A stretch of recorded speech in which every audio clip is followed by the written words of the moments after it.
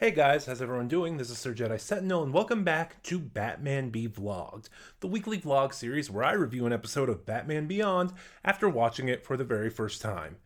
If you remember, I put out an update video where I said I was putting this series on hiatus to stand in solidarity with both the writer's strike and the SAG-AFTRA strike. While the writer's strike was concluded fairly quickly, the SAG-AFTRA strike was drawn out. I'm not getting into the details of this. You can look up. People have talked about it. The contracts have been posted. We kind of know what's going on. Which means this series is coming back. This won't be posted immediately at the time of filming this. I'm going to try and build up a backlog of episodes just to have kind of a safety net to fall back on in case I miss an upload date or something. Because Mondays and Tuesdays are pretty much my only free time right now and my chance to record these, and I do have other stuff I am recording. Like, at the time of recording this, there is also Doctor Who's 60th anniversary specials to do reviews on. So, yeah, I'm trying to build a backlog of these ahead of time so I have something to fall back on. These won't be posted immediately. Anyway, so when we left off, we had just finished talking about episode 28, Final Cut. We are just now past the halfway point of season 2, and we are a little more than halfway through the series. So today, picking up where we left off, we are talking about episode 29, The Last Resort, written by Stan Berkowitz, directed by Kurt Jetta. As always, I am doing these unscripted, so I may possibly decide to talk about spoilers. This is your only warning if you do not wish to be spoiled. And this is a really solid episode. I enjoyed this one a lot. I don't have a lot to say, really. I don't know if that's just because there wasn't really a lot to talk about for this episode, in my opinion, or if it's because, I put these off and put this series on hiatus. I want to zip through as many of these as possible and try to speed back up and try to catch back up. But, yeah, overall, I just don't have a lot to say. The animation is really good ever since we switched over from hand-drawn to computer animation. We're continuing to see improvements with any episode. The color palette is great. There's not a lot of action scenes in here, but what we do get is fine. The performances are decent, nothing to write home about, except that the villain of this episode is voiced by John Ritter, and they don't use him nearly enough in this episode. He was really good, but they could have used him more. Despite all of that, where this episode really stands out is its story, and I think I'm going to dedicate most of my time talking about this story. So, we open with Terry, on patrol in Gotham. He's talking to Max. Max is getting him caught up on some of the drama at school, so it still feels like he has a social life. When suddenly he sees, I don't know what kind of vehicle it is exactly, a bus, a semi-truck, something, essentially loose on the highways, joyriding, speeding, what have you. It's never explicitly said what it is. And he finds out that it is being driven by a classmate from his school. One second, let me get this. This seems to be the latest in a string of incidents involving the youth.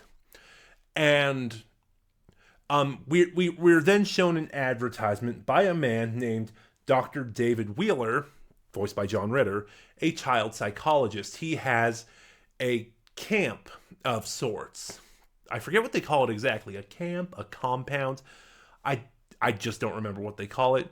Where students are being sent. It's a behavioral correctional facility, essentially. Students are being sent in order to be treated for their behavior. Also because apparently there's these things called parent liability laws, which I'm assuming, because it's never explained upon, if a parent commits a crime, if a child commits a crime, and they are a minor, the parents are going to be the ones held responsible. Okay, so, the children acting up suddenly, I can get that. It's Gotham. Them being sent to a behavioral correctional facility, I can get that. The whole parent liability law side of this thing, that's a bit of a stretch. Like, it's just a step you didn't need. And it's quickly discovered that This is kind of a prison, and Dr. David Wheeler's methods of treatment are essentially akin to brainwashing. Sleep deprivation, negative reinforcement, all the things you kind of learn that cults do, he is doing. Like, as an extreme form of punishment, he has something called the ISO, which is just an isolation chamber, total sensory deprivation. And to this episode's detriment, we never actually see it. It's talked about a lot, and a lot of the students are terrified of it, but we never actually get a chance to see it. I do think this episode is kind of creative in that for a beat, you kind of think you can predict what's going to happen. Because Terry's out late. His cover story is he's working for Bruce Wayne. In the wake of all these incidents, his mom is gonna worry and send him there. That never actually happens. Terry realizes pretty fast that, Batman is gonna have trouble getting into this compound, but Terry won't, and he kind of sneaks in. And then, Dr. Wheeler holds him hostage, saying if someone comes to claim him, we'll just release him without the evidence, but if no one does, I have another patient. Which, dude, you just kidnapped someone. Someone who has a mother who worries about him, and someone who works for Bruce Wayne. How did you think this was going to pan out? But it's interesting because we kind of see, again, the way that Dr. Wheeler is treating these kids. He has them all gathered in a large room, and he just plays a recording of him degrading them, shouting these insults at him. It's like, you keep acting up. As teenagers, your job is to go to school, go home, and do your homework. How can you screw up that badly? And it got me thinking about what this episode is. I don't know what it was at the time. Again, I was a child in the 90s, and I know I've stopped doing first air dates, but like I was probably a small child when this episode came out. So I don't have a grasp of what was going on in the 90s, but through the lens of an adult watching this in 2023, this to me spoke very, very bluntly as a metaphor or an allegory for conversion camps.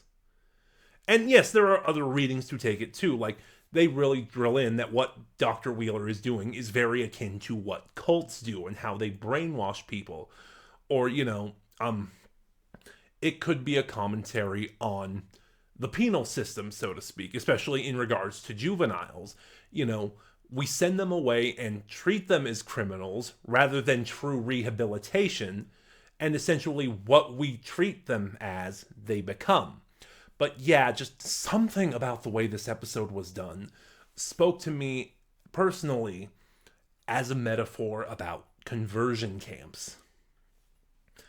And it's just, like I said, there's not a lot to say. Like, the actions, like I said, the action sequence, there's not a lot of them, and they're very subtle compared to the rest of this series. Like, the climax isn't a big fight scene. Terry manages to release all the students who riot against the system, riot against the facility. They're fighting guards. And then Terry stops a student from killing Dr. Wheeler. That's what our big action set piece is. And you can kind of see it. This student, his name is Sean. Apparently he's a bit of a problem student. He made mention of being sent to facility, and after this it won't be any different. You could see that as a commentary on... You get where I'm going with this. Sorry, I'm kind of choked up because that's really what makes this episode work, is its story. The Last Resort, again, is fine. It's animated well, it's got great colors, performances are great, if nothing special, but its story and its allegory are what makes it something really spectacular. And I'm sorry I was rambling, I just really had trouble putting my emotions into words this time around. But those are just my thoughts. Have you heard The Last Resort? What are yours? Please start a conversation in the comments below. Remember to like, comment, subscribe. Click the bell next to subscribe to get notifications when I upload. Please share the video around. All of it helps my channel grow. This is Sir Jedi Sentinel, and I'll see you guys next time.